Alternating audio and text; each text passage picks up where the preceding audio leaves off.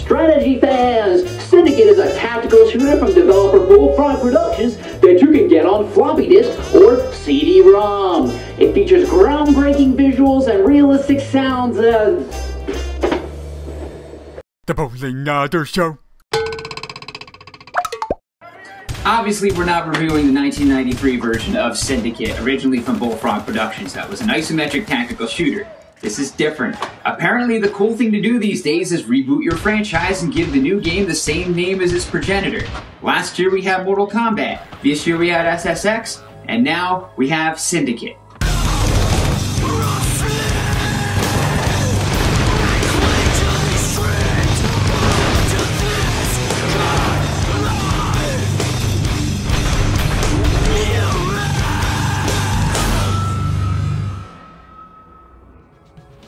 But there's a difference in this case. While Mortal Kombat used the reboot to return to the original feel of the series, and SSX stuck to its game plan in a great way, Starbreeze Studios is rebooting the Syndicate isometric tactical franchise by giving us a first-person shooter. Good thing, because we don't have nearly enough of those. So if you're a fan of the old-school Syndicate game from 1993, which I am, that will not automatically make you a fan of the new one. It's a different game entirely.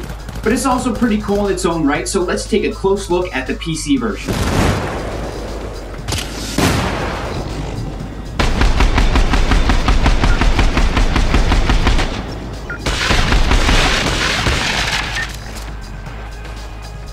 The cyberpunk atmosphere is well established, and it'll have to do the hold me over while I await a good Shadowrun game, at least one since the Super Nintendo one. The visuals are great, with one glaring problem.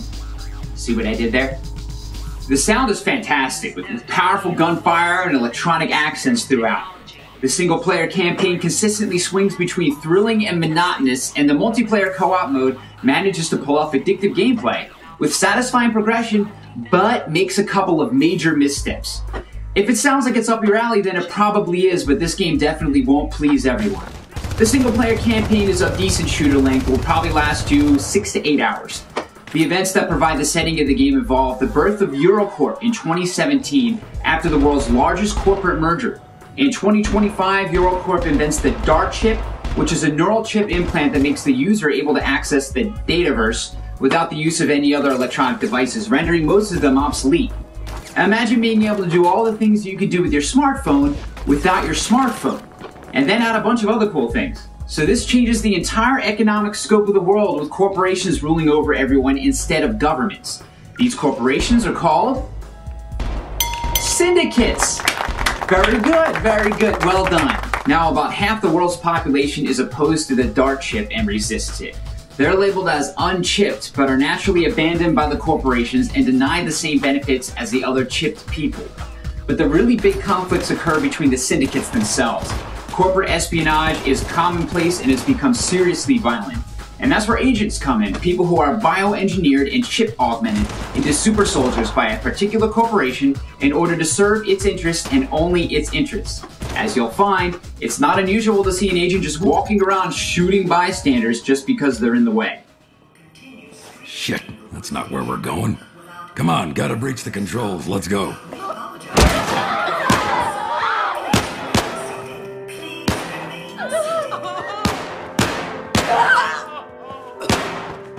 What you get is a constant war for technology and information, and ultimately the leg up on the rest of the world. You play the part of one of these agents, Miles Kilo, who works for Eurocorp and is the first to employ a new DART 6 prototype chip. Once your company, Eurocorp, discovers that a scientist for the Aspari Corporation named Gary Chang apparently came up with the DART 6 chip himself, your first mission becomes to assassinate him. Because if we're not the smartest, let's just kill the other smart guys until we are the smartest. The story here is a mixed bag. For one, the background is really cool and well rooted in the mythology of the original Syndicate games. It creates a large new setting where many stories could be told, but we've seen this happen before. A game that has an awesome backstory, but craps the bed when it comes to telling the story in-game. Excuse me if something... Okay, this part is classified. Home front! So with that awesome backdrop, the actual in-game story feels derivative as it unfolds.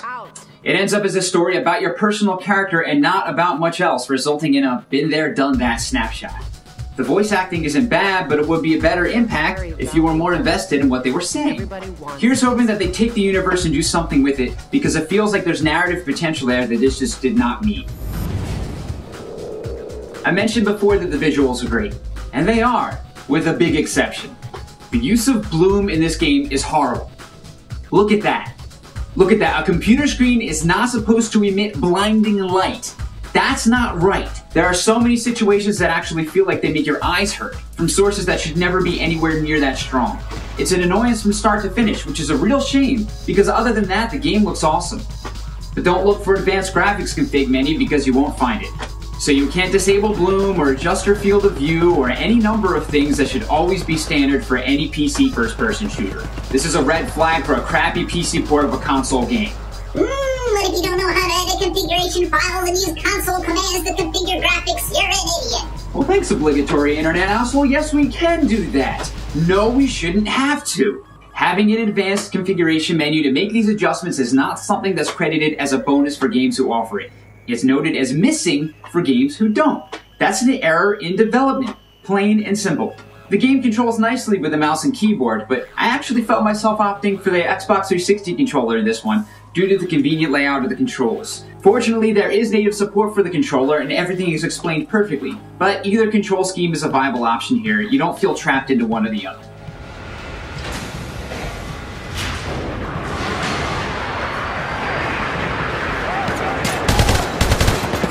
At first glance, the gameplay will sure look like your run-of-the-mill future shooter, but there are some cool twists here. The cyberpunk atmosphere, along with the super-powered engineering of the agents, offers up some unique abilities called breach applications. A breach is pretty much a hack, and you'll use it to unlock doors, disable shields, and pull off some offense on your enemies. As your character is equipped with a dart chip, and is fighting against others who have chips themselves, you have the ability to hack into them through the dataverse and cause problems. Syndicate doesn't pull any punches here. The first breach application you learn is to make an enemy commit suicide. Not kidding. Once you execute this breach on an enemy, he'll turn his gun around and shoot himself in the head.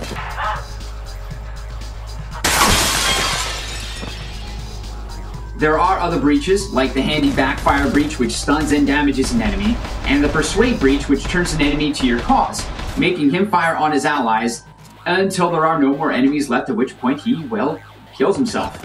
But just when you're getting into this pretty cool twist to the gameplay, that's it. In the single-player campaign, those are the only 3 breach applications you'll get access to. The other unique addition to Syndicate's action is the Dart Overlay. It's kind of a cross between the Detective mode from Batman Arkham Asylum and Bullet Time from Max Payne. With this mode, your enemies' positions are highlighted even through walls, and time slows down, allowing you to quickly zero in and eliminate your foes. It can get you out of some really tight binds in spectacular fashion, and effective use of the Dart Overlay are some of the high points of this campaign. You'll actually get a touch of an RPG feel with the chip upgrades in the game. When you kill certain key characters, you're able to extract their Dart chip and use it to upgrade yourself. Kind of like Deus Ex Human Revolution, but with a little less impact in this one. These can give you greater resistance to damage, increase your health regen or ammo capacity, or extend your Dart Overlay duration, to name a few. There are a bunch of upgrades here, and you will spend a bit of time trying to decide which ones to go with, because you'll only get enough chances to pick up a little over half of them in a single playthrough. That does give a little bit of replay value if you want to give it another go, choosing some different upgrades a second time around.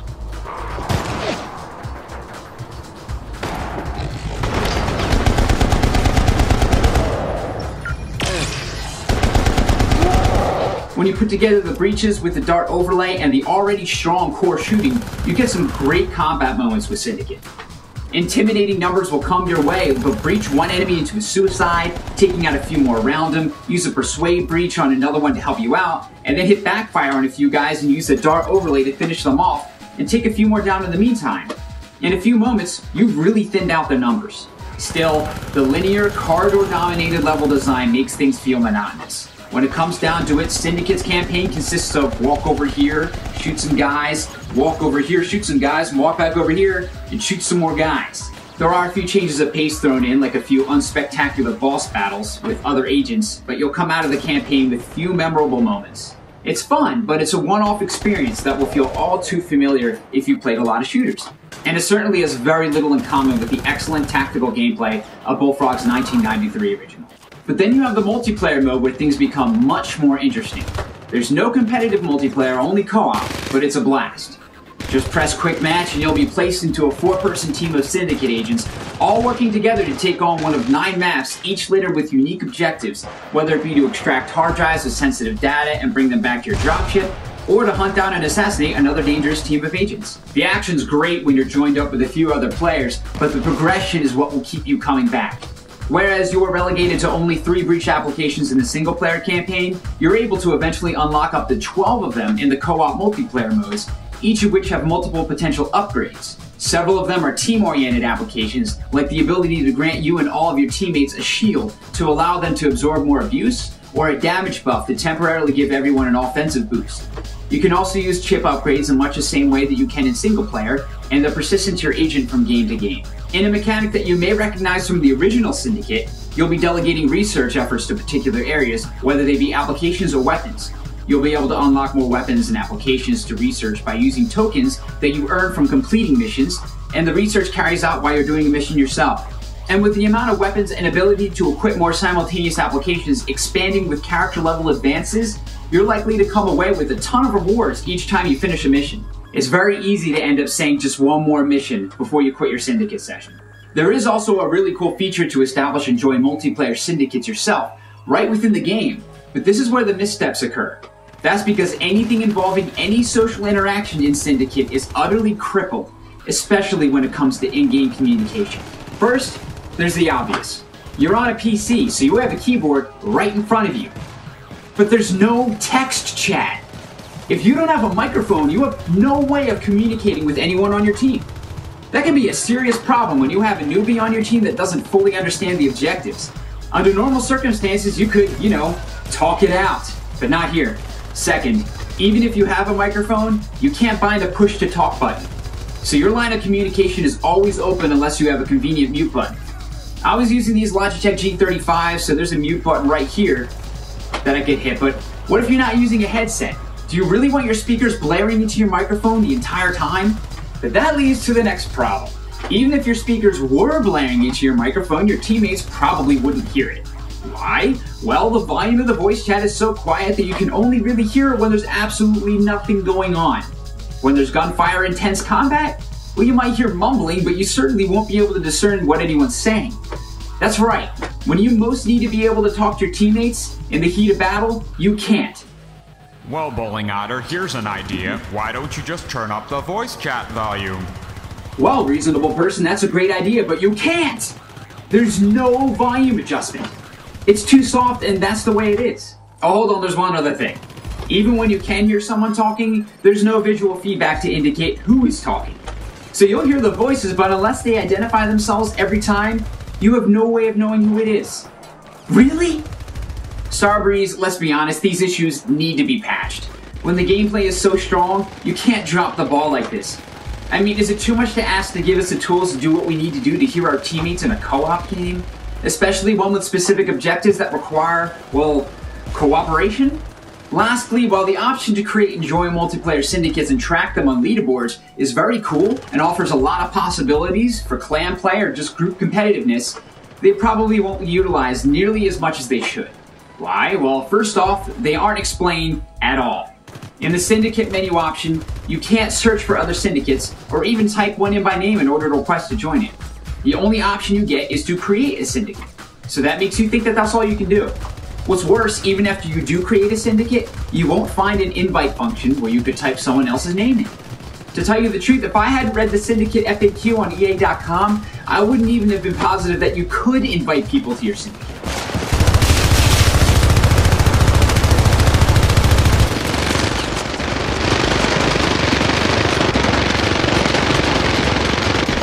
Now, we've all run into problems with games where we didn't understand certain function, and normally, if there's a confusing issue like this, you'll just hop on the forums and find other confused people so that you can all figure it out.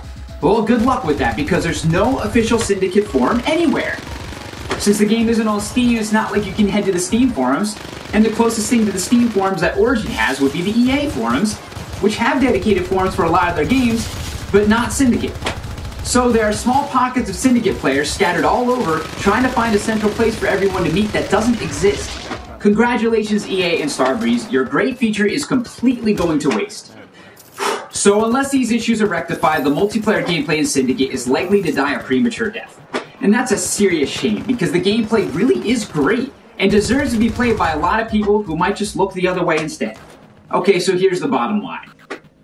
As an above average game, I'm gonna give Syndicate a 3 out of 5. The single player mode is made interesting through the use of breach applications and the Dart overlay, and the presentation is largely great. But the horrendous overuse of bloom literally causes eye strain and fatigue while playing, and it's so unnatural that it's distracting. And there are no tools to adjust it without getting involved in the developer's console. Top it off with a great backstory that unfortunately boils down to a derivative and predictable one in game, and you're left with a single player campaign that'll make you feel a bit meh. Then there's the multiplayer, a co-op mode that offers great and engaging gameplay that is fun to play over and over again. The character progression is addictive, and it's awesome to research new applications and upgrade them later, and to unlock new weapons and chip upgrades while gaining character levels. Unfortunately, the lack of text chat in a PC game is inexcusable, and with no push-to-talk button and no way to adjust voice chat volume, in-game communication is severely crippled. And with no official forum or commune in-game or out, there's no good place for people to gather and lobby for Syndicate membership to make use of what should be an awesome feature. This multiplayer mode should not feel lonely, but it does. Now these are big problems. If Starbreeze patched out the horrific bloom or even gave us some menu options to adjust it, and if they fix the communication problem in co-op and provide a better accessibility and explanation for the multiplayer Syndicate feature, I might have given this game as much as a 4 out of 5. The core gameplay is great, but these problems legitimately and tangibly hurt the experience from too many angles. It's definitely better than average, but not quite a solid title. Approach with caution unless there's some heavy patching. And of course, now here's a time where you're either pissed at me or agree with me for what I just said in the review. So if you have some thoughts, put them down in the comments below. And as usual, thanks for visiting defaultprime.com, and thanks for watching the Bowlingotter Show. We'll see you next time.